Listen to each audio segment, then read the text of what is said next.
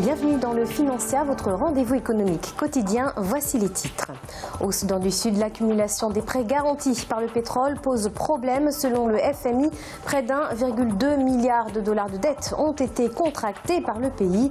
Le financement des femmes entrepreneurs reste encore problématique. En Côte d'Ivoire, le pays ne compte en effet que 34% de femmes chefs d'entreprise. Des dispositifs ont été mis en place par les autorités pour soutenir leurs activités. Et en fin d'édition, nous ferons le point sur les marchés boursiers du continent.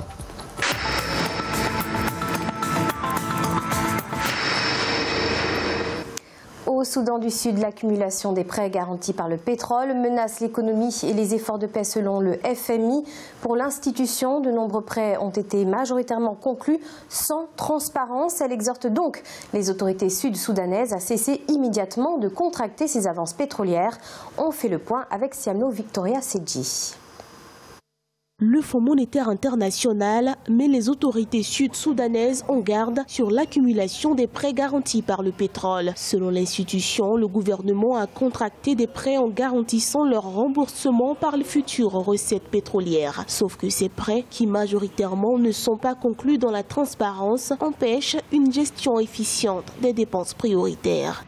Donc du coup, les arbitrages des dirigeants soudanais sont parfois très complexes. Ce n'est pas une surprise parce que le même FMI a déjà réglé un problème analogue avec un pays pas très loin du Sud. Le Soudan du Sud a des dettes impayées d'1,2 milliard de dollars envers son voisin, le Soudan. Le pays espère produire 350 000 barils de pétrole par jour d'ici la mi-2019 afin de rembourser le montant indu. Le prix de cette matière première s'est fixé sur les marchés mondiaux. Mais les dirigeants ont la possibilité, le moment venu, de lancer un audit de cette dette. Il y a aujourd'hui de grandes discussions sur la dette des pays fragiles. Durement éprouvé par une guerre civile qui a duré près de 5 ans, le Soudan du Sud a atteint un niveau critique d'endettement avec une dette extérieure publique estimée à 32,6% du PIB en 2018 selon la Banque africaine de développement. L'accord de paix conclu en septembre 2018 a suscité l'espoir d'une relance économique durable.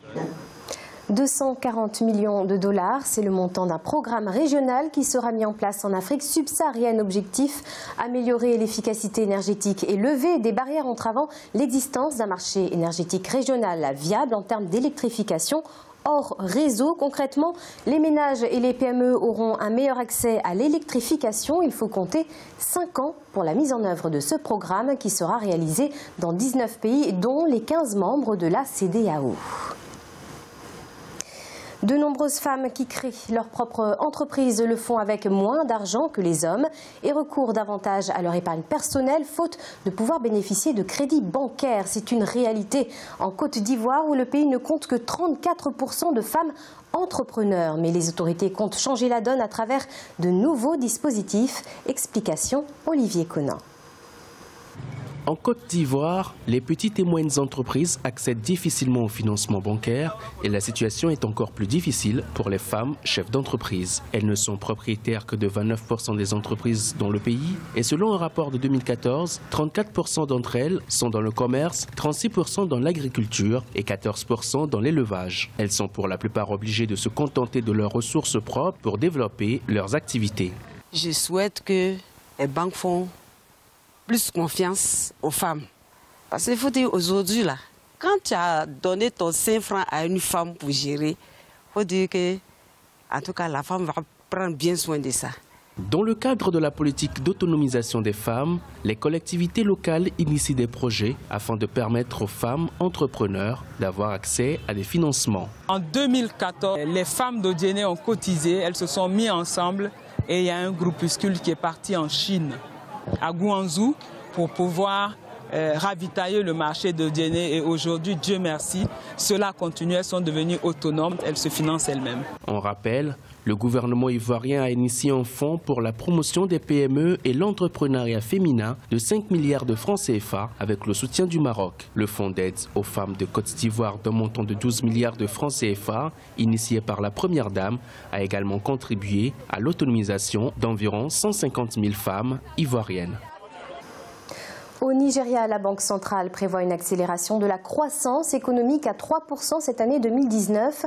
L'institution table sur une inflation à 12% sur l'ensemble de l'année en cours et compte par ailleurs maintenir sa politique monétaire restrictive. À noter que le PIB du Nigeria a enregistré une progression de 1,9% en 2018 contre 0,82% en 2017 selon le Bureau national des statistiques, atteignant ainsi son plus rapide taux de croissance depuis 2016. La réunion du comité d'experts de la conférence des ministres africains des finances, de la planification et du développement économique se termine ce 22 mars à Marrakech. Au cœur des discussions de ce 38e rendez-vous, le financement du processus de développement des pays africains. Un appel a été lancé par la Commission économique pour l'Afrique afin d'améliorer la politique fiscale et élargir la base d'imposition. On écoute à ce propos Vera Sangwe, la secrétaire exécutive de la CEA. Une économie typique du continent prélève environ 16% de son PIB en impôts, à l'exception des pays comme le Maroc qui en collectent au moins 25%. À titre d'exemple, l'Afrique du Sud et le Rwanda font partie des pays qui sont en mesure de tirer parti des nouvelles technologies pour accroître la collecte de recettes. Il est à présent l'heure de faire le point sur les marchés boursiers du continent.